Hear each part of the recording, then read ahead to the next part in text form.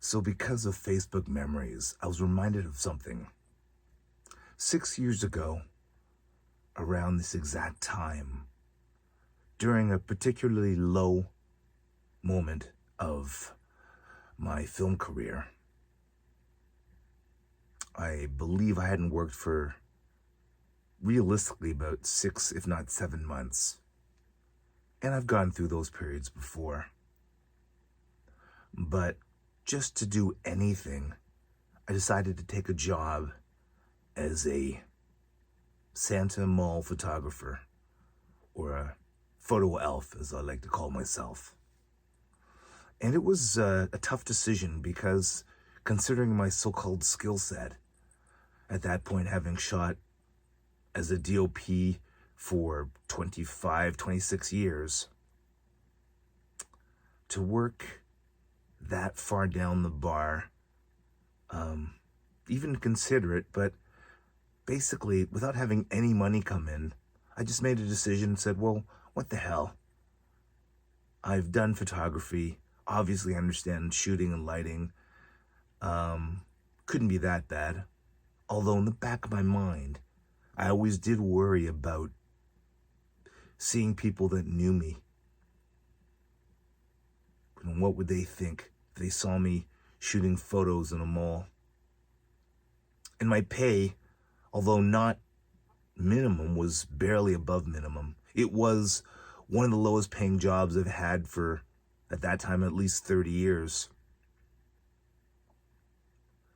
So I, rather sheepishly but desperately, took that gig shooting kids on Santa's lap.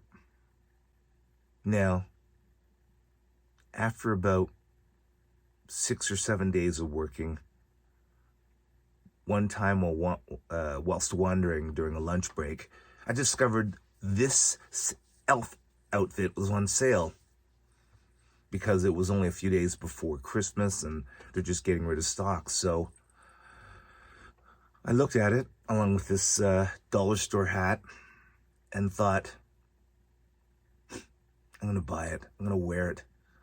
I'm going to go in full Monty. I'm going to totally embrace the fact that here I am shooting kids on Santa's lap. So I showed up to work the next day wearing the full elf outfit. Not as if anyone was going to complain. I mean, we weren't required to wear it. No one else was really wearing anything this extreme. They might have been wearing a hat, but I just took it on. As I said, I totally embraced it. I mean, obviously I was doing this job. What could I do? Now, it was at this very time that I got a call from a producer and a lawyer concerning a film script, a TV series that I'd written 5 years earlier. And the co-producer, co-writer, and I had peddled this script, concept, Bible, to basically all the Canadian networks. And we had some interest in the project, but no actual offers.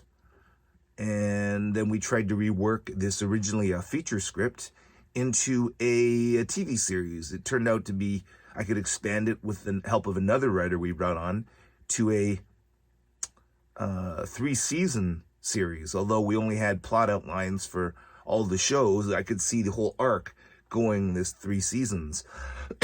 Excuse me. And we finally had the History Channel interested. So the one stipulation was we had to sign a cease and desist clause, which meant that we would have no connection. Our name wouldn't be attached to the project at all. And they could do whatever they wanted with the project. Now, it's a little hard when you've come up with a concept, written it, reworked it. It's a bit like having a child. And then someone comes up and they say they're going to adopt that child and they're going to wipe away your name, and the child's sort of not allowed to connect with you anymore. So that was, a metaphor for how it felt to actually give it up. Now, the fact is, as obvious as from my tone of voice or what I'm saying, we did give it up because both the producer and I had been going through very low moments, low streaks, and we really needed to have some cash. The one sour note was that in the back of my mind, I'd always considered this being a big money-making kind of meal ticket. After all, a 3-season show, if you're a creative producer, created by would be the credit on the series, you get a fair amount of royalties. And a 3-season show was like, I could almost retire from that. At least that was my back of the mind dream. Then to turn around and sign a cease and desist in which you're just going to get one lump sum, which isn't even all that big. And then it's split 3 ways because of the number of people that were creatively involved in the rewriting process. That huge meal ticket dream turned into just a passable payout. And that payout was still considerably more, 4 or 5 times more than I would make for 3 weeks of working as a photo elf. But the funniest part in that whole process was, of course, talking to a lawyer on the phone about the negotiations, and I was at work. So I was wearing this outfit, and all I could think about was, thank God we're not doing this as a Zoom call. Can you imagine a lawyer or a 3-way call between a lawyer and a network negotiating to sell a TV script for a series? And if it was a Zoom call, this is what you'd be seeing. I imagine, I don't remember it exactly like this, but I always, fictitiously imagined there was a mother and her child saying, please shoot my boy, he's about to cry. And I'm saying, wait a second, I'm negotiating to sell my script to the TV network. And they're like, yeah, the photo elf is going to sell a script to a TV network, right? What have you been smoking, buddy?